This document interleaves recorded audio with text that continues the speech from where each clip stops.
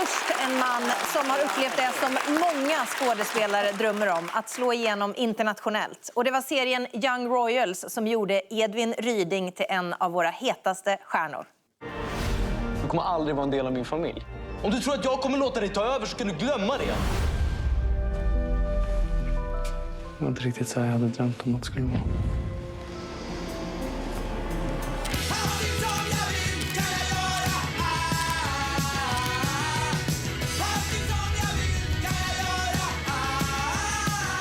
You know that's us. No. Doing the yeah. That's you doing the voice? Yeah, we're I was doing going to the say that together. whoever does the voice sounds just like you. Välkommen Edvin Ryding! Tack snälla.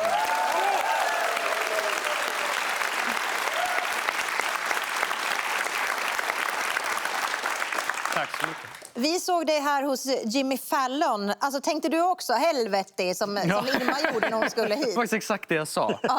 Helvete. Det första du sa. Bra finska. Ja, men hur förbereder man sig för Fallon? Var du nervös? Ja, men jag liksom jag riktade liksom fokuset på massa praktiska saker. Jag var så nervös för att vi skulle missa flyget och vi skulle inte få covid och allt skulle ha gått rätt med alltså allt sånt där fokuserade jag på. Och sen när vi väl kom till studion så slog liksom nervositeten till. Men då fanns det ingen tid att vara nervös. Då var det bara ut och köra liksom. Är det live eller? Nej, det bandas. Ja. Men det sänds samma kväll. Så Okej. de är snabba där liksom. Ja. Så att ni var med på bandningen, sen åkte ni till hotellet och såg er själva? Ja. Ja, självgoda som vi är. Nej, men det var ju once in a lifetime. Alltså vi visste inte det tror jag heller. Utan vi fick höra det efter att vi var färdiga med inspelningen. Att så här, ja men nu drar vi och käkar och sen så kan vi kolla på programmet sen när vi kommer hem. Men det var ju lite kaos runt eran medverkan. Vi har ett klipp på det.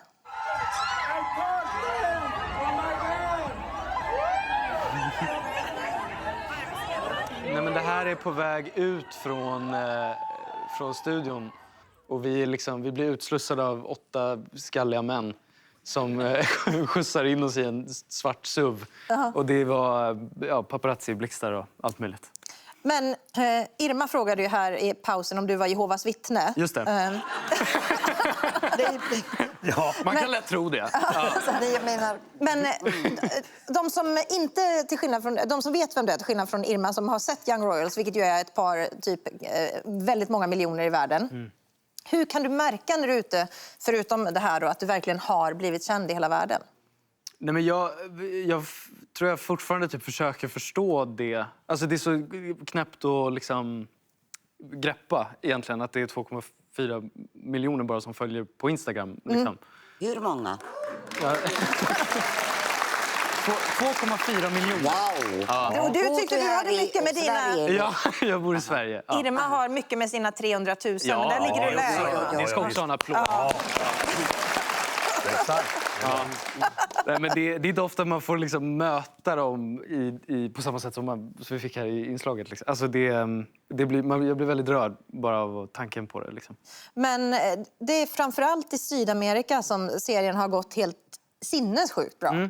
Vad är det som gör, tror du, att den är så populär där? Jag har funderat på det i 3 år. Jag fattar fortfarande inte riktigt. Men jag vet inte. Vår drottning har brasilianskt påbrå.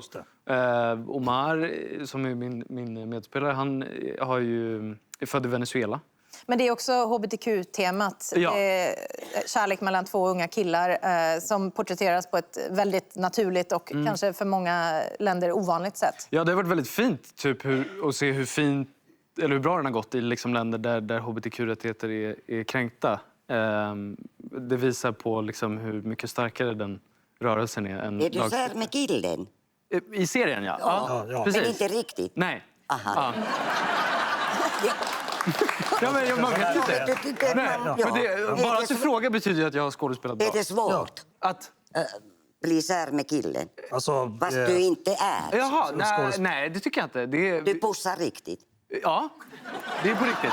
Men Omar är en väldigt duktig skådespelare som jag spelar mot. Ja. Och vi funkar bra ihop, så att vi kan liksom låtsas tillsammans. ja. Okej. Det blir som en lek, typ. Ja. Ja. Men du är inte sugen på bli riktigt? Nej.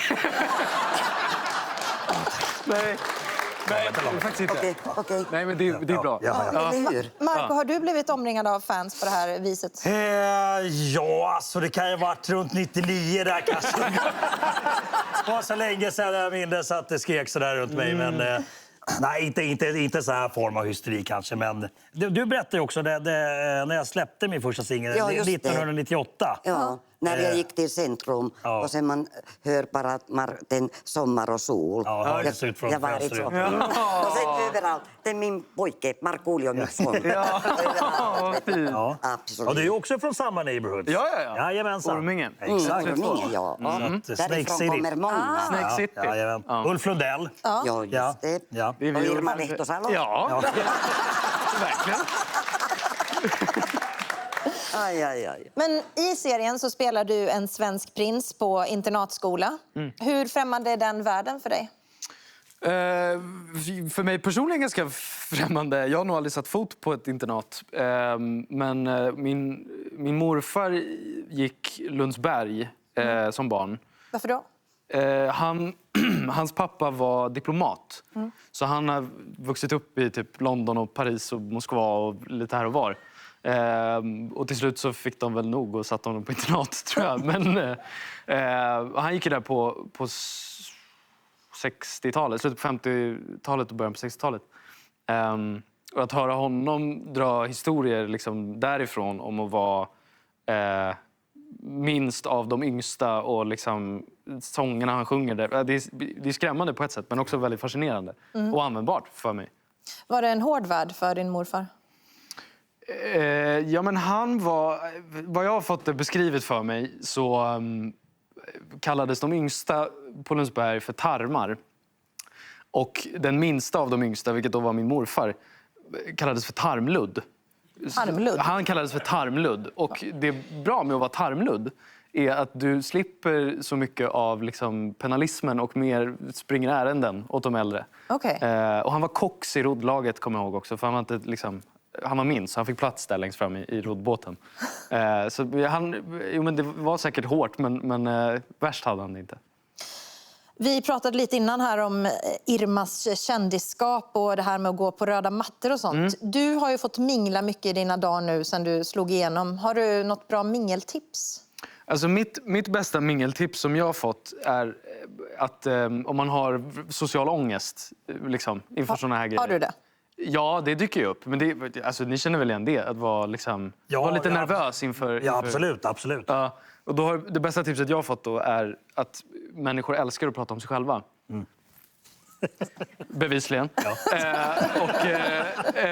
Och om man då har lite social ångest så kan man bara ställa frågor. Bara ös på. Men vad gör du då? Har du några go-to-frågor? Nej, men man kan fråga sig, hej, vad har du gjort sen sist? Om det är någon man liksom känner sen tidigare. Så, jaha, nej, men berätta mer. Gud, vad kul. Ja, men jag hörde om det där. Stämmer det? Jag säger, nej, vad sjukt. Vad tycker du om det här? Alltså, man bara öser på. Släpp inte in dem. Ja. Ta med det. Exakt, för precis folket som går på premiärer är ju mini-narcissister. Ja. Så de vill ju gärna prata om sig själv. Ja. Så det är bra. Vi också. Ja, exakt. Jag vet. Ja. Men Edvin, du fyllde 21 ganska nyligen. Grattis i efterskott. Tack så mycket. Känner du dig vuxen? Ja, han kan få en applåd för det. Känner du dig vuxen? Ja, men både ja och nej. Alltså, i vissa delar gör jag det. Jag har nog alltid känt mig lite liksom äldre än vad jag är. Varför? Ja, men jag är liksom... Jag har ju vuxit upp... Jag har skådespelat sedan jag var 5. Och har ju vuxit upp på liksom, filminspelningar runt väldigt många vuxna människor. Och blivit väldigt liksom, nära med många vuxna människor. Och det tror jag har format mig ganska mycket. I liksom, att prata om grejer som andra i min ålder inte pratade om när de var 12. Liksom. Blev du lillgammal då? Oerhört lillgammal. Jag var jätteirriterande som barn. Sprang runt och sa åt folk och liksom... Jag hamnade väl lite... Jag tror att jag var ganska irriterad. Jag såg åt folk att säga, det är dåligt att röka. Och jag var jobbig jävel.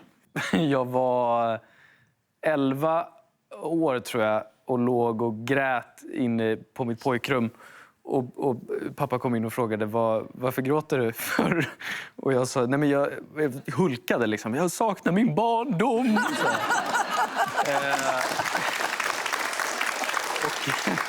Och han kollade på mig liksom fundersamt och var som, du är mitt uppe i den. Men du kände att den var över? Ja, jag kände då att så här, Men varför? Ja, men jag vet inte riktigt. Jag hade väl liksom någon upplevelse där om att det var... kunde inte vara så mycket i skolan, tror jag. Jag kunde inte vara på fotbollsträningen lika mycket för jag skulle jobba. Och, Okej. och då kunde jag inte vara med liksom. Och då kände jag så här, ja, det var det. Ja. Så jag. Ja. Det var ju trist att de missade det. Ja.